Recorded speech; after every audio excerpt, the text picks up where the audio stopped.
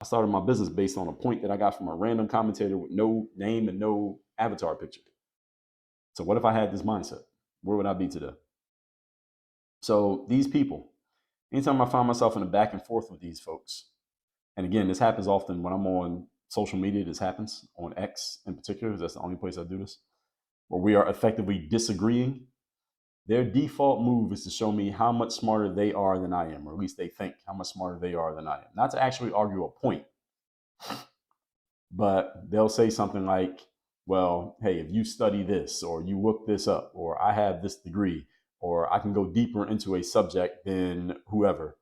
This is not proving your point. Again, and it's not the point that we disagree on, because if we disagree on a point, that means I understand what I'm talking about. So I'm not asking you to explain to me something that I don't understand. I'm asking you to explain something to me that I do understand. That's what smart people can do. They can stay on your level and still beat you. That's what a smart person does.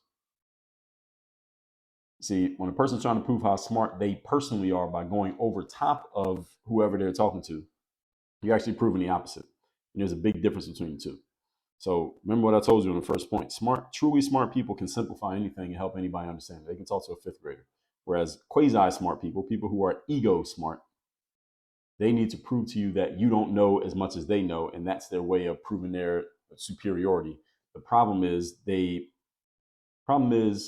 that you shield yourself off from the person who doesn't know as much as you. They can't quite understand you. So then you are limiting yourself to a bubble, limiting yourself to a bubble of only talking to people who think the same way that you think, or who maybe know as much as you know. And this is why the academic world, academia itself, is a bubble in itself. I'm talking academia meaning like not K through 12, like college and up.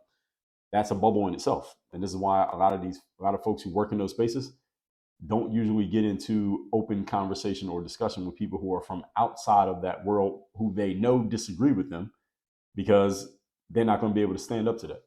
They won't be able to stand up to having those possible insecurities possibly exposed by somebody who, again, ain't climbing the same ladder and is not playing by the same rules. But let's move on to point number 3. We're not done. Today's topic